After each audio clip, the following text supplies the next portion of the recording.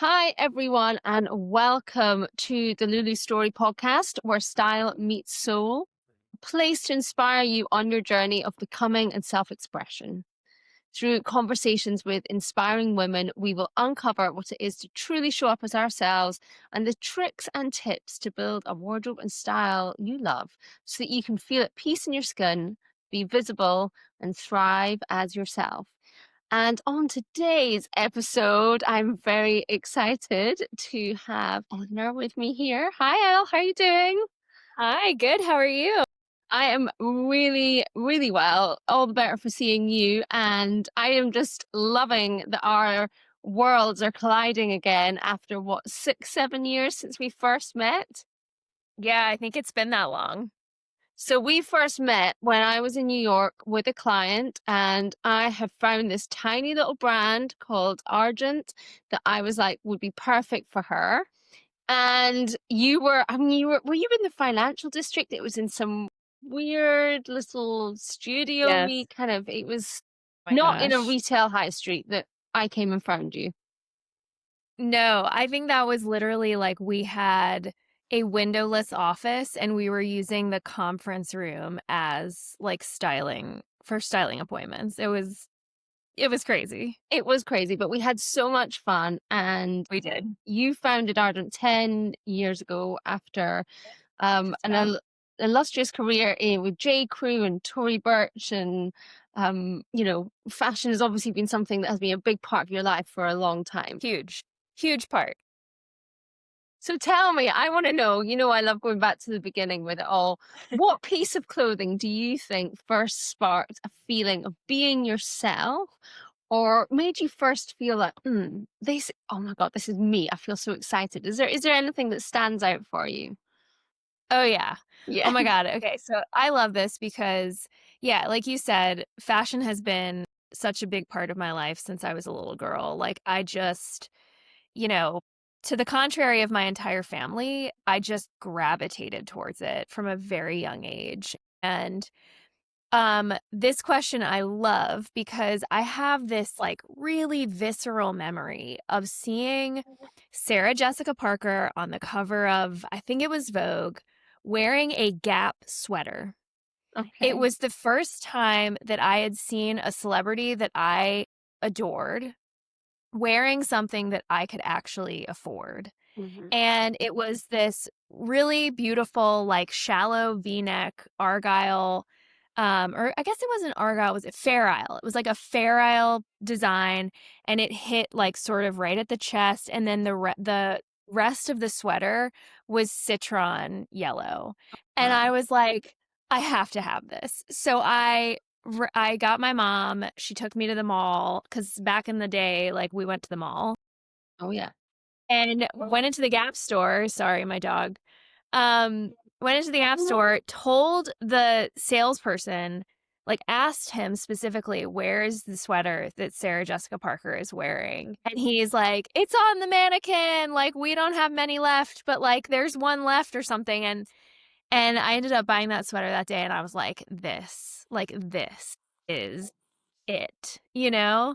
And I was hooked and decided I mean, I had decided from, like, a very young age that I wanted to be a fashion designer, but it was really in, like, the high school years where I was thinking, maybe AP biology just, like, is not my thing, and maybe I should think about going to art school, so I did. Amazing. And I'm interested, what did that jumper, what was the feeling that it evoked within you?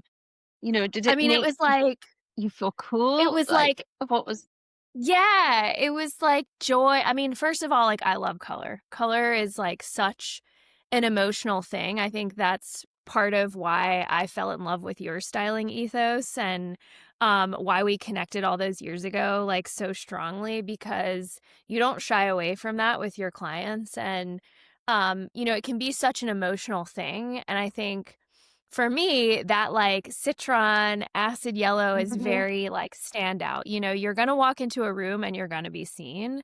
And for me, in a very small town, Virginia, like it's the country, people don't, they were not prioritizing style there.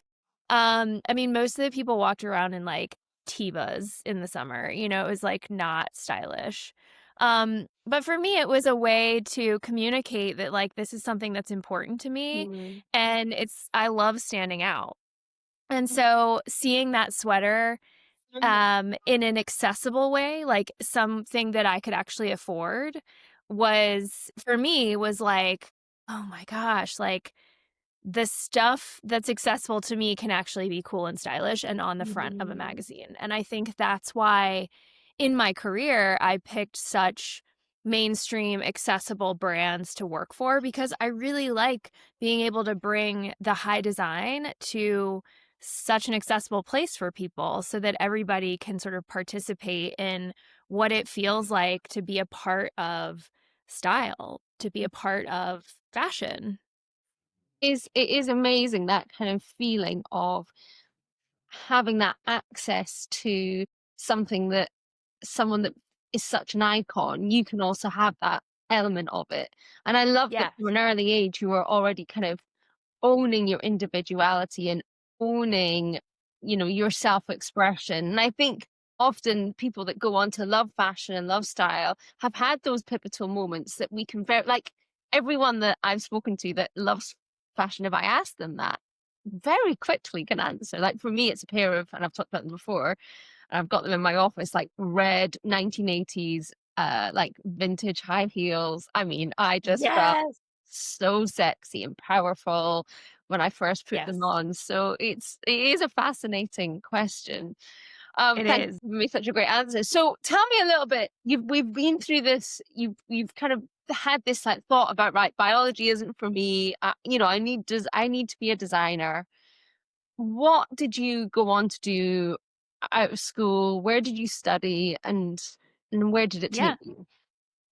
Yeah, well, I'll tell you, just quickly, like, I was 8 years old, and I was on a trip up the East Coast with my grandparents, and I had this little sketch pad, and I would, like, sketch people and what they were wearing, and then I'd, like, describe it, and I'd give them names and, like, personalities, and I remember we were staying with my grandfather was a minister, and so we were staying with friends of his from the church, and I just remember, like, pulling out my pad and, like, sketching, and this woman, like, I'll never forget standing in her kitchen and this woman looking at me, and she said, "You know you can make money doing that, right?" And my, like, little 8-year-old brain was like, "Ding! Like, this can be a career?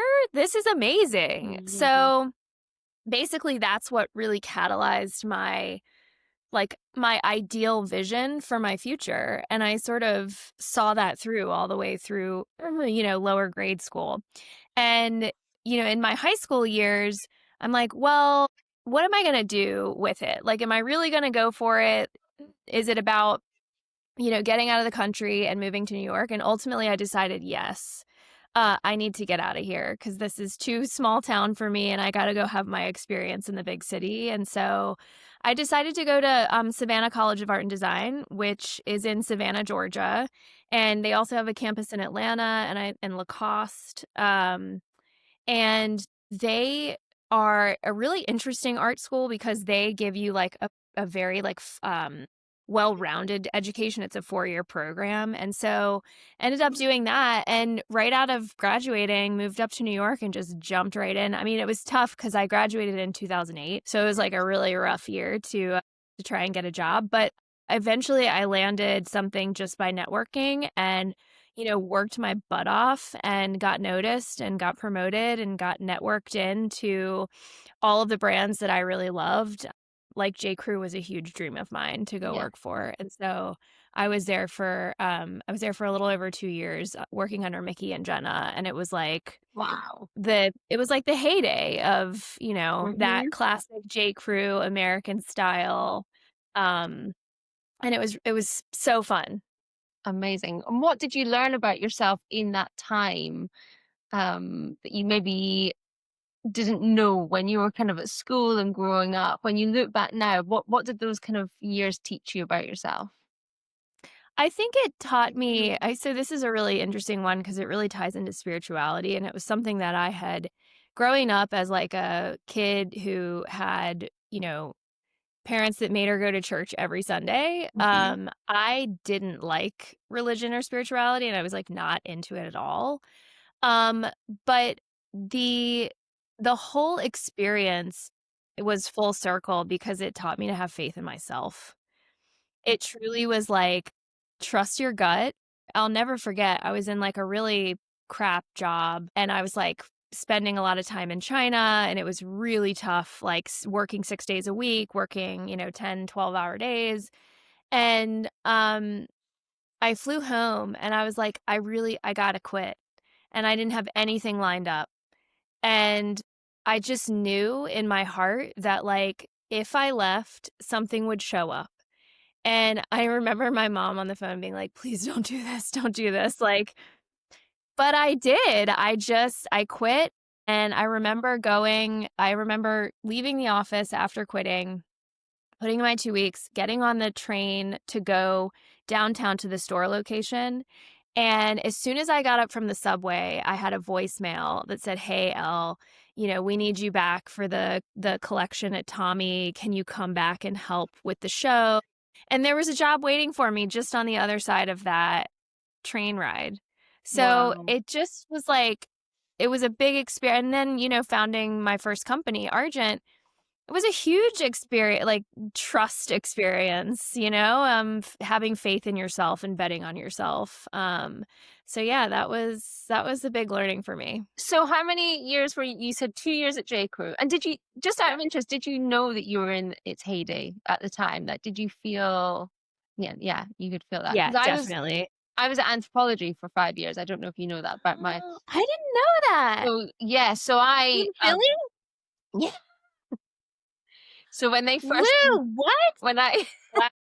when they first came to the UK, I was kinda headhunted. I used to work for this very British company called Hobbs, and I'd founded their flagship store and stuff, and I was brought over to be part of their London team, and I was literally my best friend is who lives in Montauk out in New York. We're like spiritual sisters. We met at Anthropology, and we still know each other, but we were just literally talking yesterday on voice note. We send each other a million voice notes about looking back at the creativity and the fact that we were so part of its heyday, and like it was an Yeah. amazing time before it all became overly commercial. Yes. Anyway, my point being, so you had a couple of years Ow. at J. Crew, and was Tory Burch before or after that? Yeah, I started at Tommy Hilfiger Collection, and then I went to Tory Burch, then J. Crew, and then Argent, and then Big Favorite. So tell me about those moments of like, I want to do this for myself. Like, what, how long were you kind of feeling that feeling and having that calling before you started acting on it? Yeah. Well, I mean, I think what was interesting is, like, when I started at Tommy, um, it was a really small team. Like, I was the only assistant for the top 4 heads of the collection team, Wow. and that Such included an Tommy himself.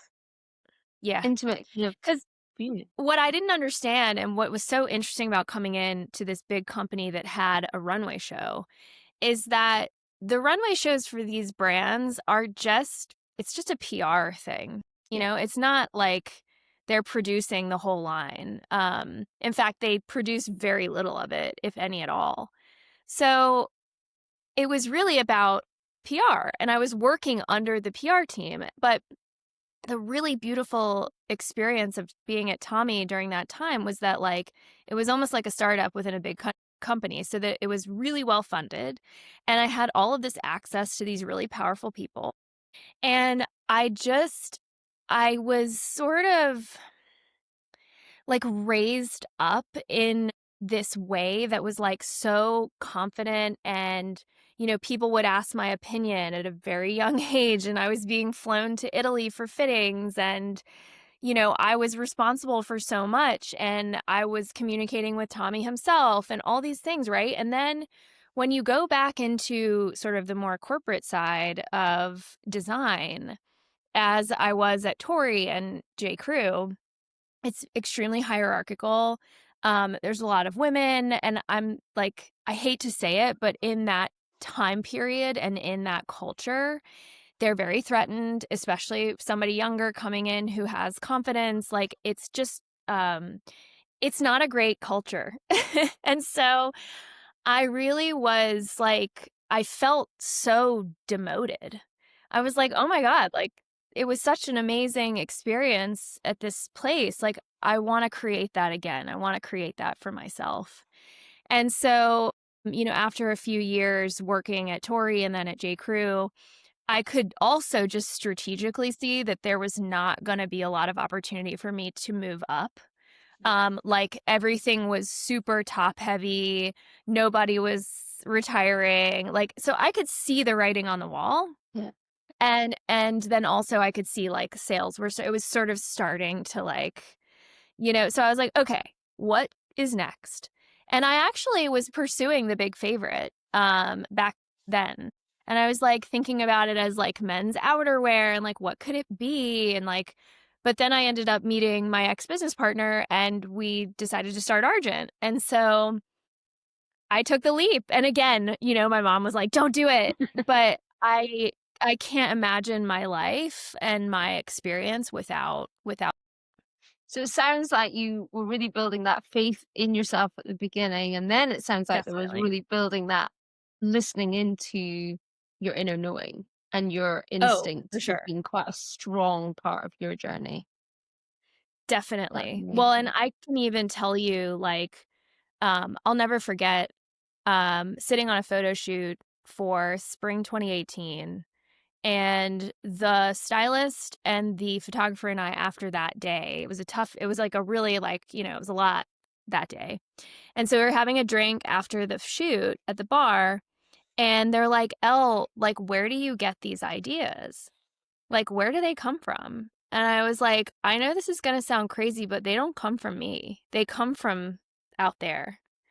And I'd had a drink, so I was like speaking honestly. And I can tell you, I remember the moment when I concepted Argent's sort of ethos.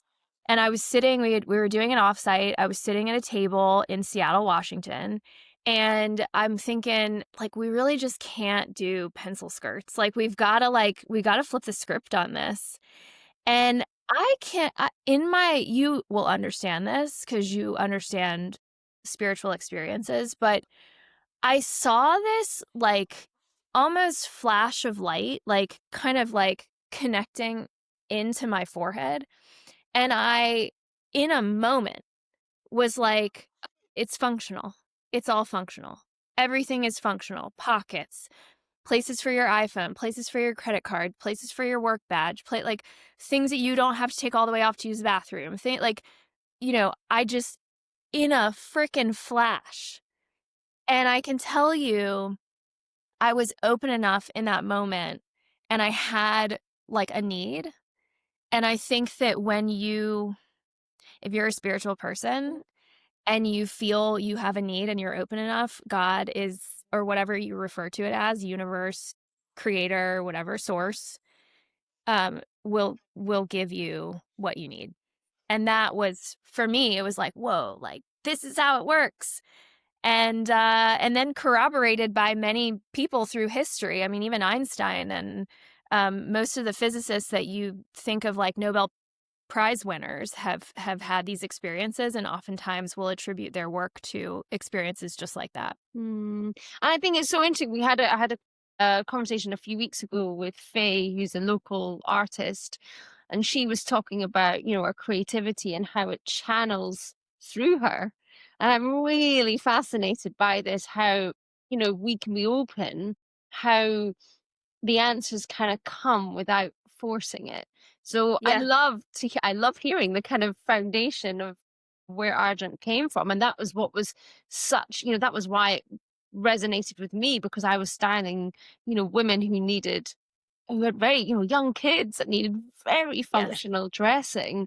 And it felt so like feminist and Yeah. empowering and very, fresh. That language wasn't around at the time. It was all about the look. It was never about the actual practicality. So you were so ahead Correct. of your time with all of that, really were.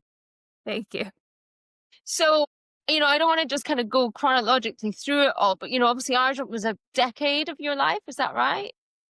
No, Argent was actually only about 4 years, Okay. and then I left in late 2018. Okay. So was this another moment?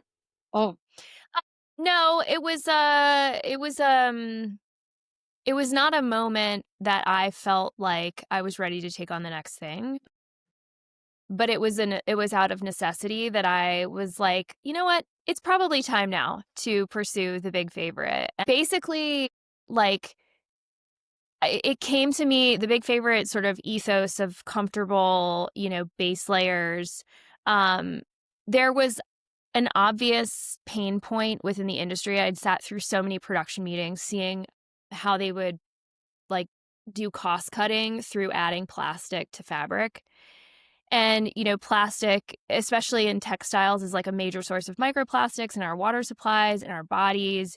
It's incredibly pollutive and it's just bad for our skin. Like, people talk about like skin issues from polyester. And so I thought, why don't we start with something foundational and create something really, really beautiful out of 100% Pima cotton, which is like the softest cotton in the world, and just start with foundational basics and build from there. And so that's what we did. And it did actually come to me, a few times in these sort of like spiritual experiences of like just focus on basics, like focus on t-shirts, focus on, and I think what was so interesting is, right. And by the way, we were also circular. So we will take the garments back and we'll upcycle them into new material.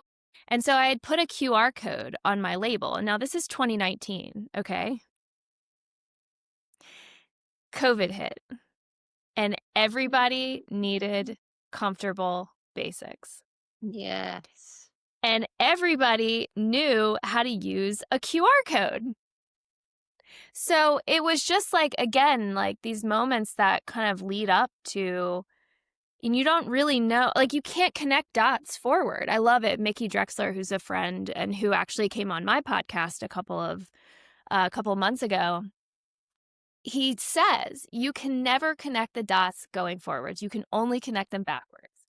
And so when I look at like the thing that I created and then launched during because I was about to launch and then the pandemic hit and then I had to wait a few months, but still launched in 2020. And I was like, this is insane. Like, you can't make this up. You No, can, and I again, think what I'm really hearing from you, and it's very interesting looking at more coming to your new, your new journey now as a medium, is this your ability to trust your instinct almost maybe earlier than many other people and be okay about starting again and building that having that trust in yourself. So tell me, yeah. what does it mean to show up like fully as yourself these days at the moment? Mm. I mean, showing up fully as myself is showing up fully in what makes me happy and what makes me excited and what drives me. Yeah. And like, that's my compass.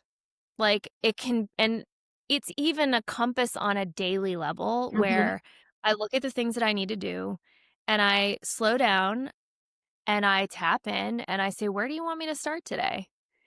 And it always, without fail, it's like start with the thing that creates the most energy because then that will create energy for the other things that you have to accomplish.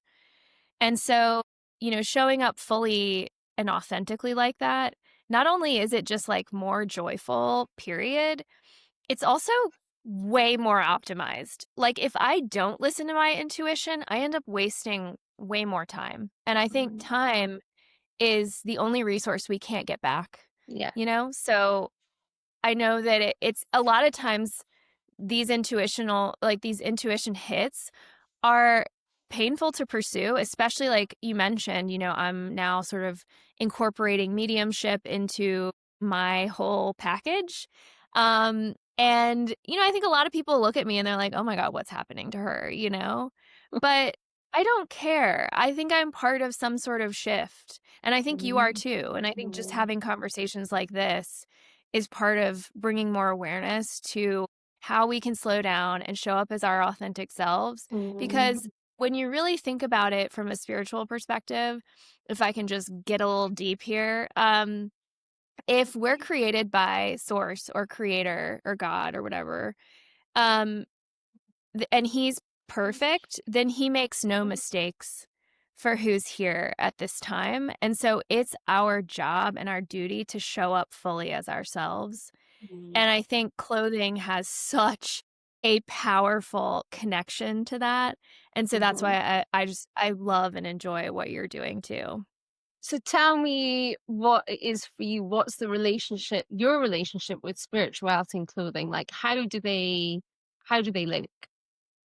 Oh, yeah. I mean, because I talk a lot about this, like, just in terms of sustainability, because I feel like half the battle is finding your personal style, and you waste a lot of money and again, a lot of time wearing things that you're not totally confident in and just feeling confused and I don't know how to put this together.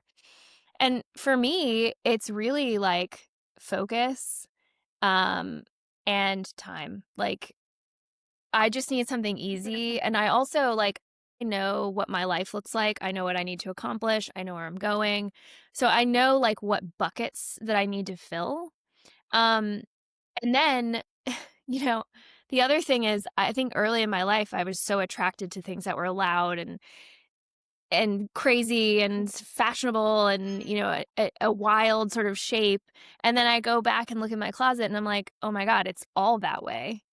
So it doesn't necessarily work together unless you wanna look like some crazy person.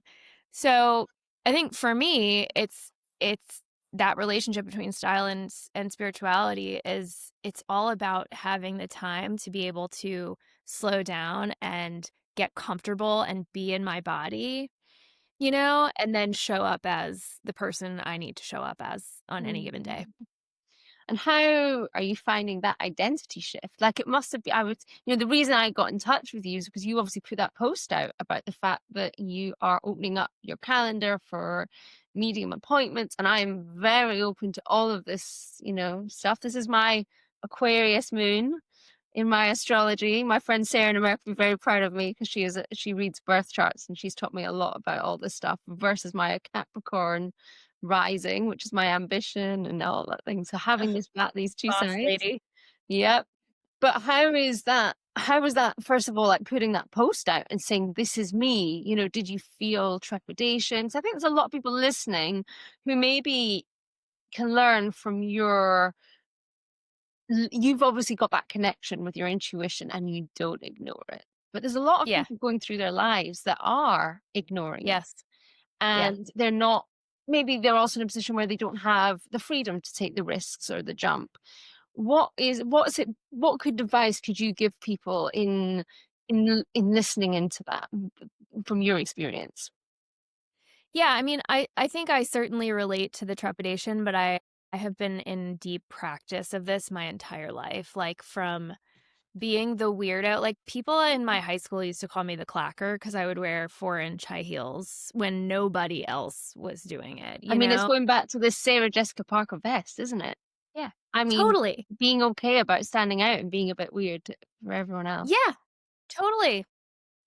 I think it's been a part of my practice since I was really young, and I'm just not afraid of being weird. And I think when you hear from a lot of experienced women, especially like women later in their lives, they're like, stop giving a crap as early as you can. Don't worry about what other people think as early as you can. And I think in a lot of ways, like, I really sort of embodied that. So I've had a lot of practice. Now, it's not like it's totally easy, but I think when I feel called to do something or feel that conviction, I think that's a big part of like, Mm. I'm an Aquarius too, so I feel my emotions like very deeply. And when I feel that call or that conviction, it's like nothing can stop me. And so I think that that's like the one way to kind of really connect with that emotion and bring it forward. But I will say, like, my intuition's never served me wrong.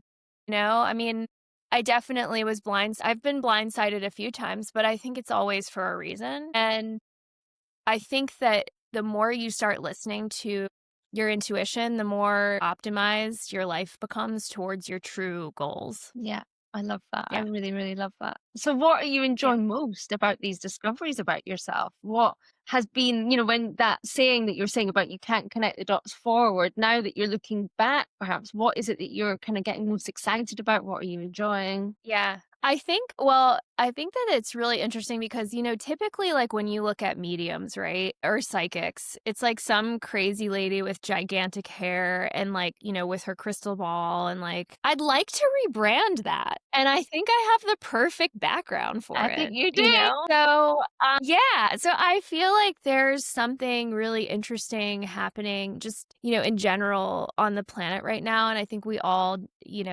I think we can all feel it, regardless whether you believe in this stuff or not. I think you can feel that there's something shifting. And I don't know, I'd like to be a part of that shift and in everything I do. I mean, I told you I was meditating the other day and I got this hit that was like, you're not a laser beam, L, you're a disco ball. So just reflect as much light as you can into the world Mm. and just let it go. Like, see how it lands, and things will show up for you. And so that's kind of my ethos right now. I'm like, we're working on The Big Favorite. We're working on educating people about cotton and how that can help you feel embodied, and having a comfortable base layer is really important for embodiment. I'm working on my own podcast that talks about purpose, the mediumship, which helps people connect to their own intuition. I mean, I'm just doing it all as much as I can. Yeah.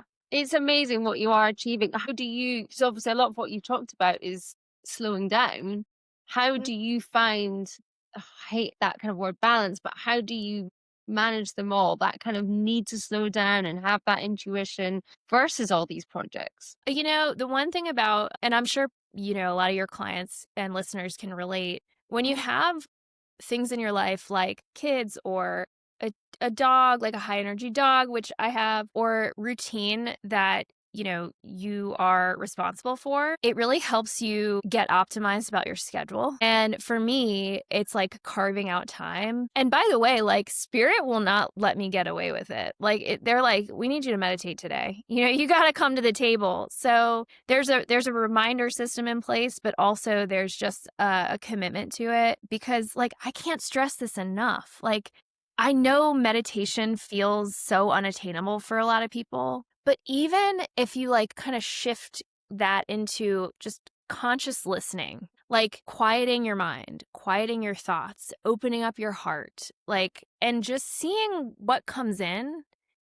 even that shift is so important if you want to truly be successful in life. So that's my offering. That's how I do. I That's how I sort of try to balance. I think it's amazing. I mean, even since we spoke, I mean, I'm always checking with the intuition listening, but I have committed to like a 10-minute minimum every day. I just put the alarm on my phone and I sit with my eyes shut and just really, Yes.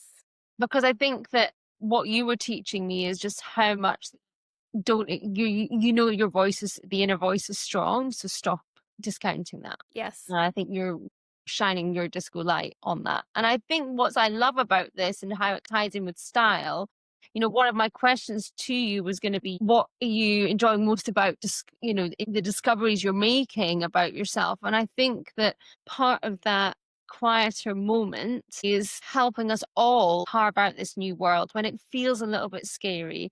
And even just Yeah. something like, what do I want to wear today? What am I putting on? Like that moment with yourself of just being a bit quieter and connecting in, Yeah. these things, we can't discount these small amounts of the way that we empower ourselves. And I know that you're going to empower so many people out in the world. Thank you. I Well, you really- are too. As always, 30 minutes speeds by so quickly. I It does. cannot thank you enough for coming on.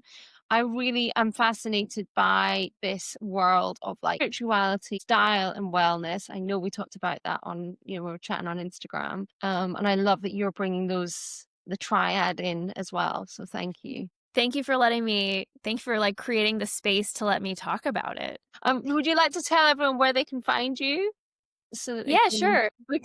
book in a session with you?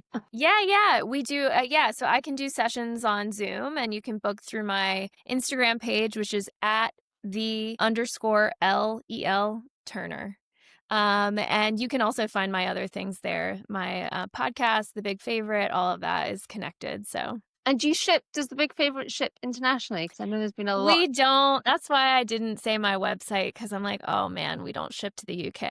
Well, I looked at the podcast breakdown this morning, and I think we had about 45% of listeners were from the US. Amazing. Oh, cool. Well, Listen, if you're in the US and you definitely need your amazing vests and your amazing t-shirts, then get in touch with a big favorite and do some ordering. thank you. Amazing. All right. Thanks, Al. Thanks, Lou.